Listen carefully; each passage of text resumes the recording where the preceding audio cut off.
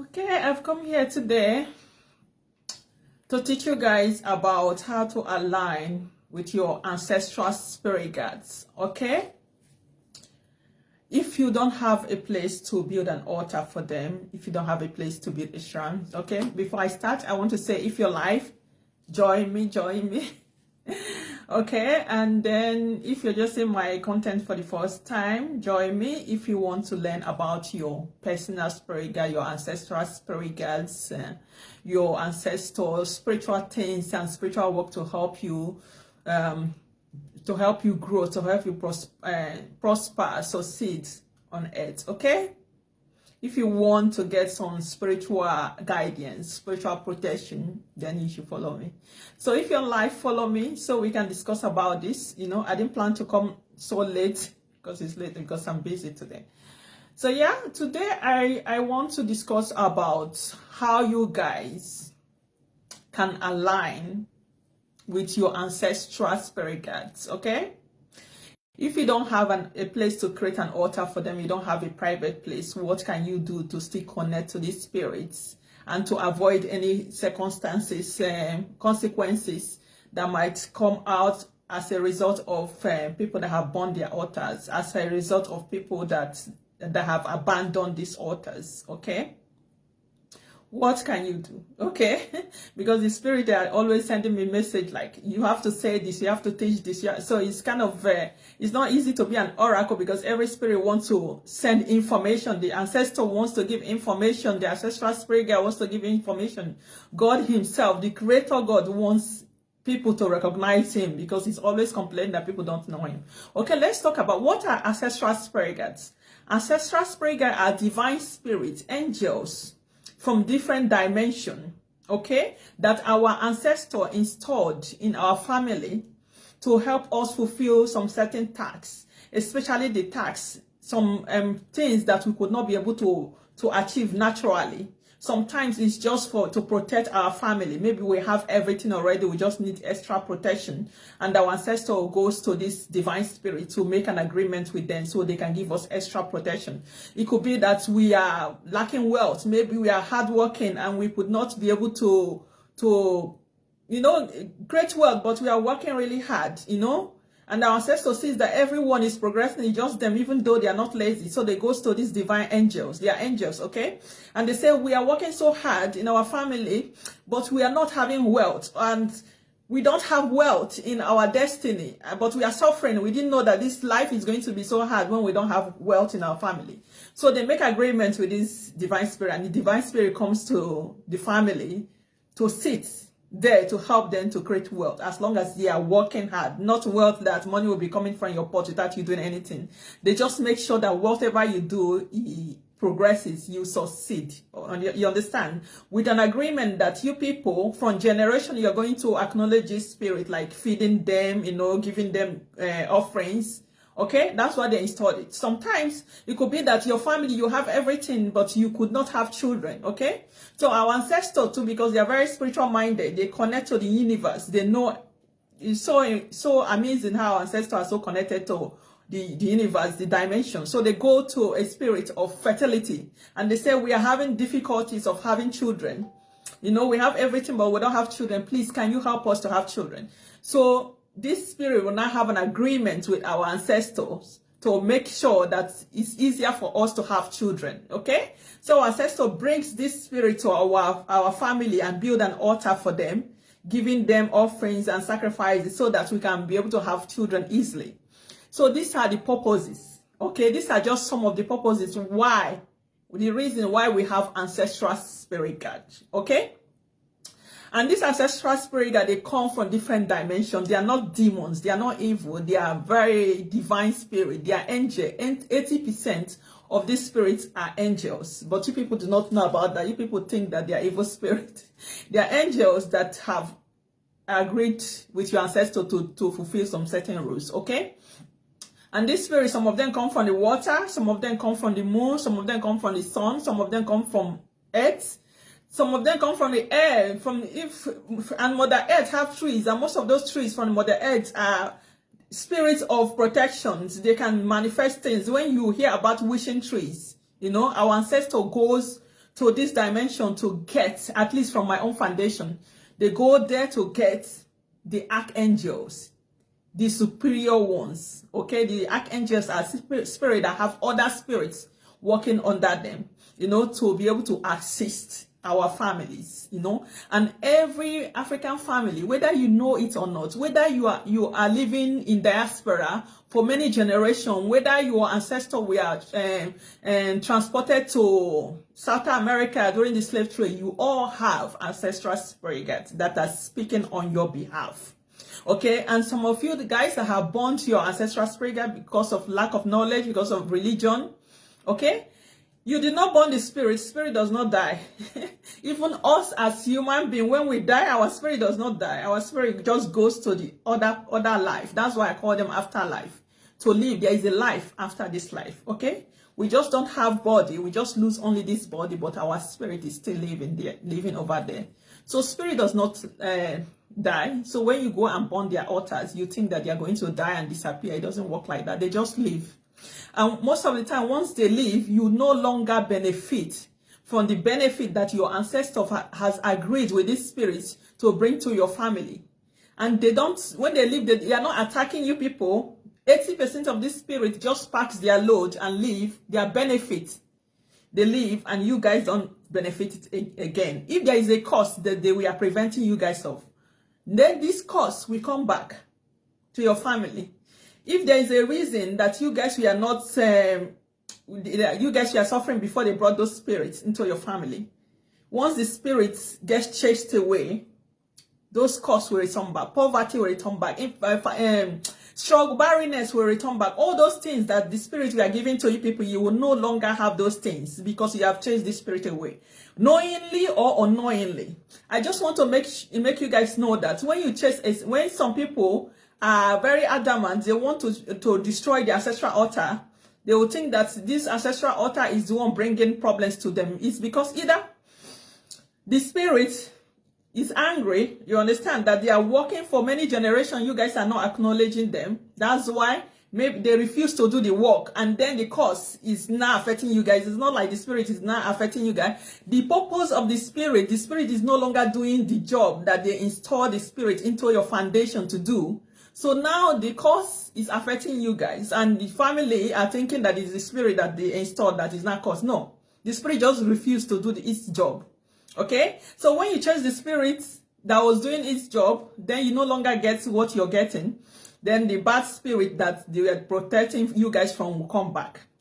Okay, and then you think that this spirit have been born down, or they've been, you have chased it away in your family, and now it's attacking your family. It's only 20% that attacks the family when you burn down their shrine. 80% does not attack; they just leave. Okay, so when you burn all these your foundational spirit guards, you're basically destroying yourself. When someone goes into a tradition, into a religion, and all of a sudden they want to burn your ancestral spirit guides, some of them, they only went there just because they are trying to get someone in the family. If they join an coven, they join an occult, and they want to donate a person in the family, the protection spirit in the family will be speaking on the behalf of the family member. It will not allow them sacrifice the person. Okay, so the only reason they will be able to get the person is to chase the spirit away. This is why some people goes and destroy the shrine. It's not because they have no knowledge of what the shrine is doing. They destroy the shrine so they will have access to the family members. Okay, and some of the shrine, I know some of the spirits, even if we try to destroy them, the protective one will not. I can tell you from example from my foundation, the protective one will not. A lot of them will not go. Because those protective ones, especially the ones in my foundation, whether you feed them, you don't feed them, they are doing their job, because that is the agreement. My ancestor agreed with them. Okay, they did not say, if my children do not give you sacrifices, or our grandchildren do not give you sacrifices, then you should not they will get angry and not do the work. No. So this is why when you're having an agreement with the spirit, you have to be careful what you're saying. You don't promise them that your children is going to take after, you know. Because then when your children does not take after, then it becomes a problem. This is why they get angry and leave. You know, the protection spirit in my foundation, whether we give them offering or not, they keep protecting.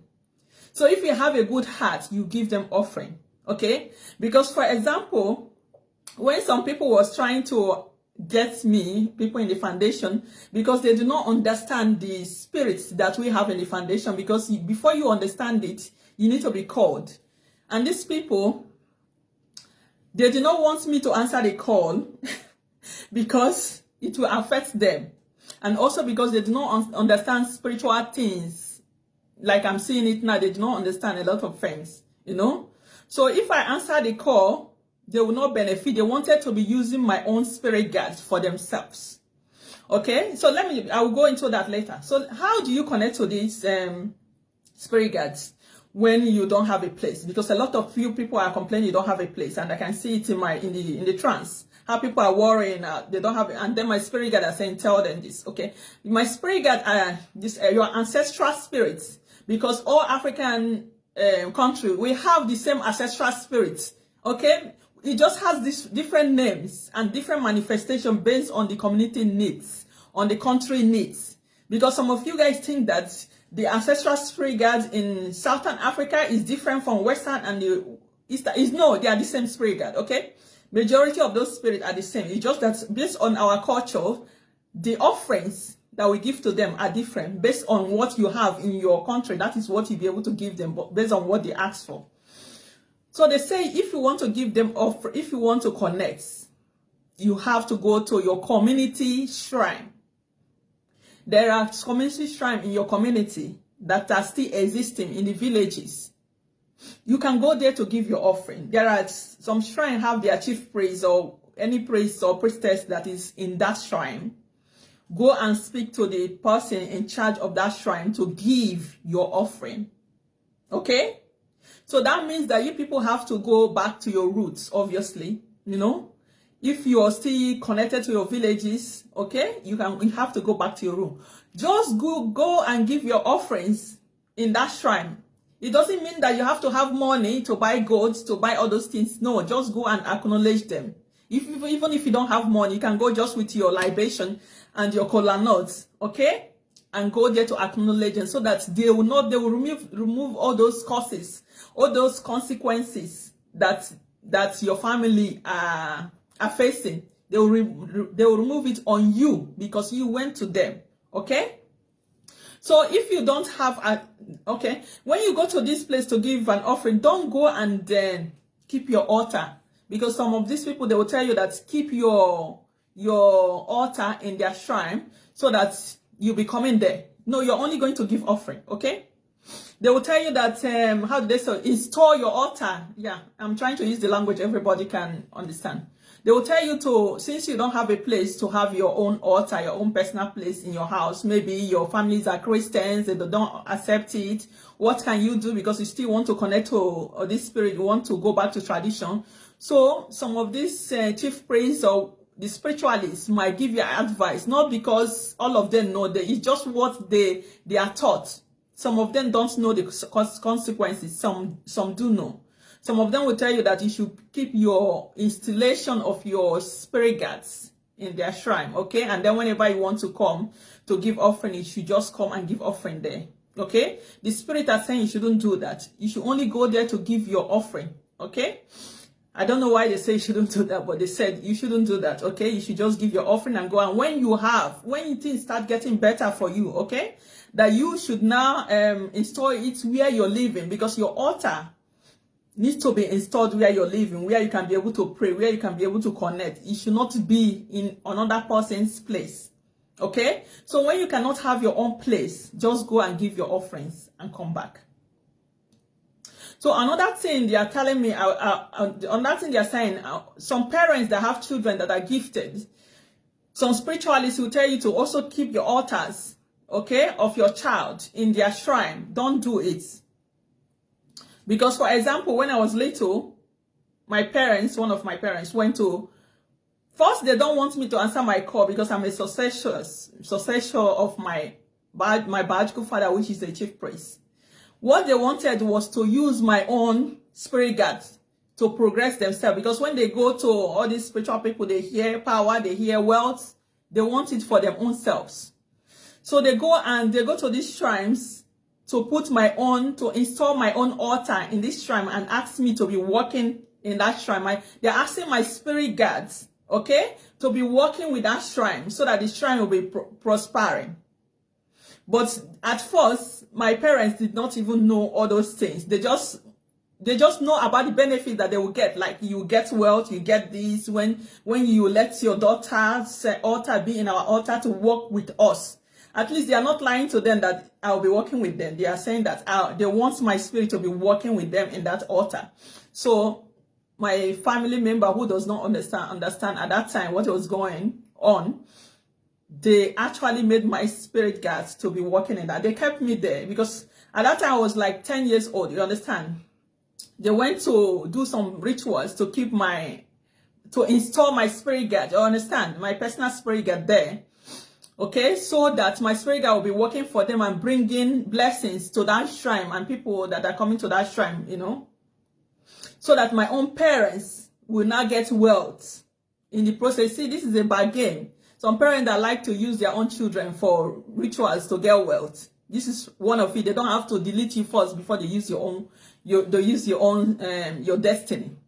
So when a spiritualist is telling you to install your child's altar in their altar right now because your child is too little to answer their call or for you to get wealth, they are lying to you. That's wealth. As long as you give back to that child and you're taking care of that child, you're tapping to the grace of that child. Definitely the spirit guide of that child will bless you. You don't have to go and keep the altar of that child in a shrine that they'll be using the destiny of your child. They'll be using the spirit guide of your child. Not every child that you can use. Just because you get back to that child, it doesn't mean that you'll be able to use their destiny. It doesn't mean that you can be able to use their spirit guide anyhow you want. Okay? Keeping me in that altar, that shrine, what happens? The shrine got destroyed. The shrine, my spirit guide got so pissed, and the chief priest died.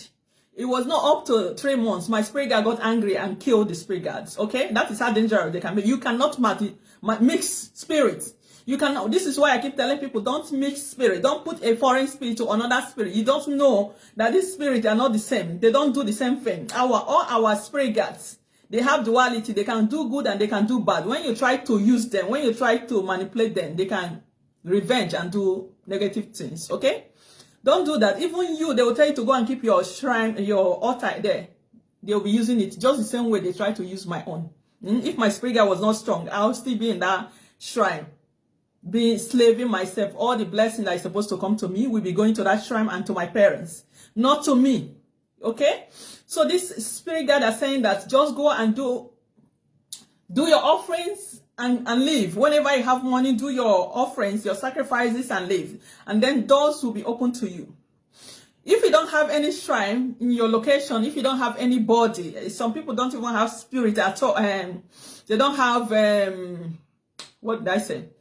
They don't have any idea about their foundation, their roots, their spirit guide. You don't have anything. You can still connect by doing divination to find out which dimension your spirit guide comes from.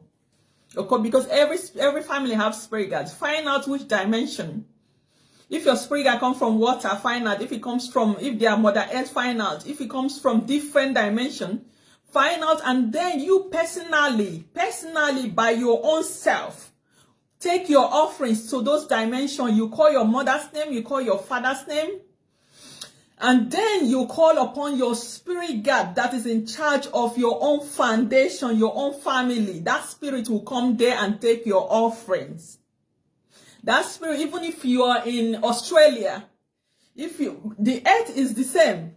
If your spirit guides are from Mother Earth and you call upon your spirit guide in the land of Australia, you call your foundational name, you call your parents' name, your spirit guide from your foundation will come there and take your offering.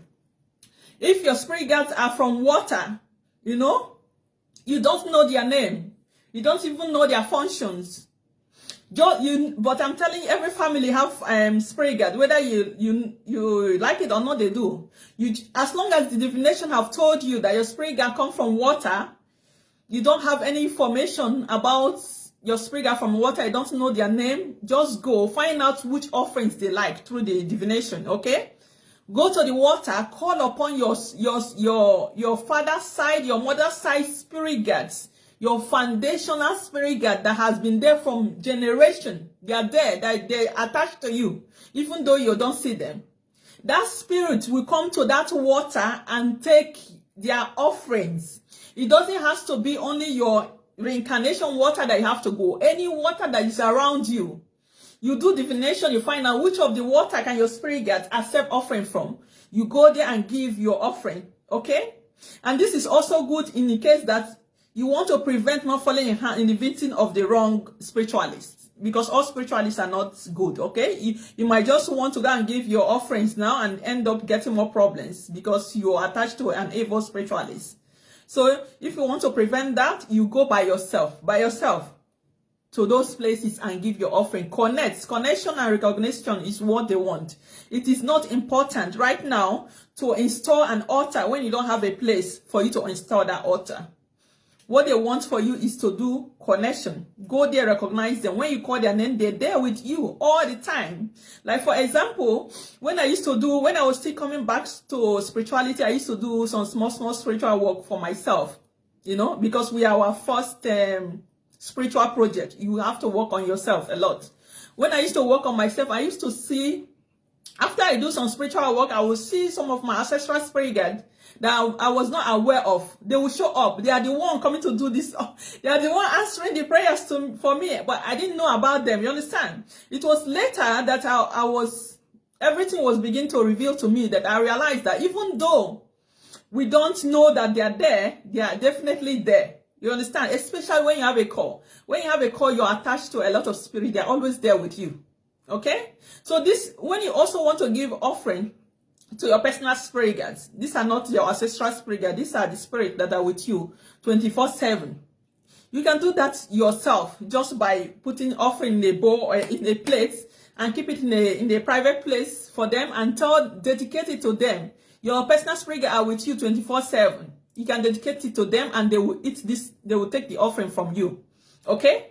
Because some of you guys say, I don't have money. How am I supposed to do this? How am I supposed to do that when I don't have money? Even if you don't have money, you can still connect. Okay? You don't have to have money to buy animal sacrifice before you connect. You can buy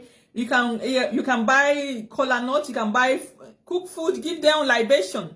You have to give little things that you have right now first and tell them you don't have. You must always be vocal, like you always have to explain your situation so they can understand. Like when you meet a physical person and then you're suffering, things are not working. How do you say? You always have to explain to the person, like, things are not working for me. I have no idea about you people. Or you explain. Or if it's Christianity that took you away, or in like lack of knowledge, explain to them. They understand. This spirit, they understand more than human beings. Okay? They are more caring more than human beings. All they want is for you to be able to connect to them. You understand? Because they are those spirits that are in our foundation, they already knows all of us. Okay? They know us. So even if you don't know them, they know. Once you call your foundational name, once you connect to them, they are connecting back to you. They are connecting back to you. Okay? So this is just some ways you can connect to your ancestral spirit guide when you don't have an altar. You don't have a place to keep an altar. You can go outside to give your offering and come back home. You can go to the water close to everybody is connected to water, even if you don't come from water. You go to the water around your location, give your offerings, come back home. You go to Mother Earth. Earth is everywhere. Just find a private place, give your offering. You know, come back home. Make sure you're connecting, you're calling your ancestral spirit guide from your foundation. They're connected to everywhere. You know, go to the trees, those Iroko trees, those old trees. All our foundation will have trees as our ancestral spirit guide. Those trees are responsible of protection. Find any tree that you're attracted to. Give what their libation is mostly. Give them water because they need water to sustain. Okay? And if you want to give like dry gin, make sure the alcohol is not so strong. You understand? Give them soft drinks. Say your intention. They are going to come and help you. Okay? So that is just how you can be able to do this, to be able to connect so that things will begin to function better for you. So that you can be able to get the benefit that they used to give to your family.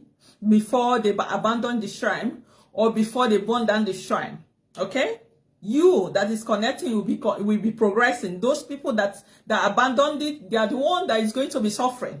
Okay, and when you have a place for, when they bless you and things are better for you, you can now decide to install your own altar where you will not be moving. Installation is where you are not going to be moving all the time. It's your home. Okay, but just to have a private place, an altar, you can have a private room that is dedicated to them, that you can just keep a table for them, make a nice altar, your own home. Okay, but for installation, you have to have that land. You own it. You own the land where you will not be moving all the time. You can always be there. Okay, like me here, I have several altars. I have several altars. I do not install any shrine in my home because you know how it is nowadays. I'm not living in a village or okay, I'm not living where I'm supposed to be able to install an altars, but I have altars for my personal spirit guide. I have altars for my ancestral spirit guide. I have altars for many spirits. So you yourself can do the same to connect to your ancestral spirit guide. Don't ever make the mistake of taking your child's spirit guide's altar to go and keep in any shrine, because you don't know the spirit that comes with your child. So just because they see that she has power, they see that she has wealth, everybody wants to collect what does not belong to them. The spiritualists want to tap. They will not tell you the reason, you know, why they want your child's altar to be in their shrine. Even your own, they will see your own. They will say, I will help you. You keep it here. No, the spirit are saying just go there to give your offerings.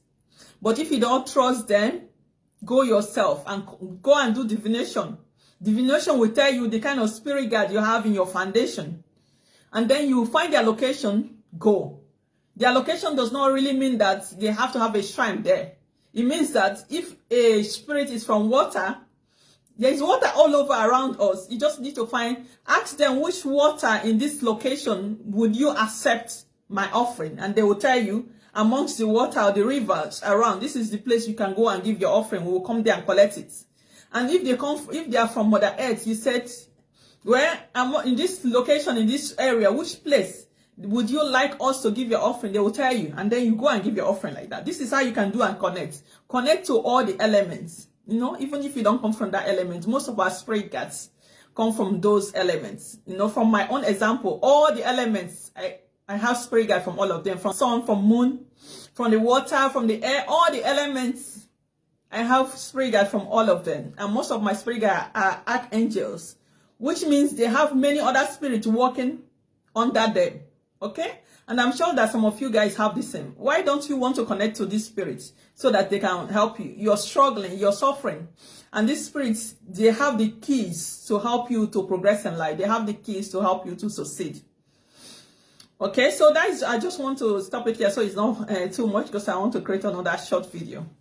So I'm just going to, if you have any question, you can ask me now before I put this off. Hello, Luna. Thanks for coming to my live. Yeah. Osadebe, thanks for coming to my live. Okay, I'm going to put this live off and do another live about how to feed our ancestors. The messages that our ancestors are giving to, that they are giving to me to give to those of you that are complaining that you don't have money to feed your ancestor. How can you do that so that they can be able to continue to bless you? They can help you. Okay, we all need to connect. We all need to connect. Like me here, I don't have any human being that is teaching me spiritual things. It's spirit that teaches me, you know. So when they teach me, I just come to tell you. And most of the time, that because I have followers now, when they see what the followers need, what you guys are complaining, what people are worried about, then that tells me to come and teach it, you know, to you people. That is how the spirits are connecting. Because as long as you're connecting to me, your spirit guides are connecting to me.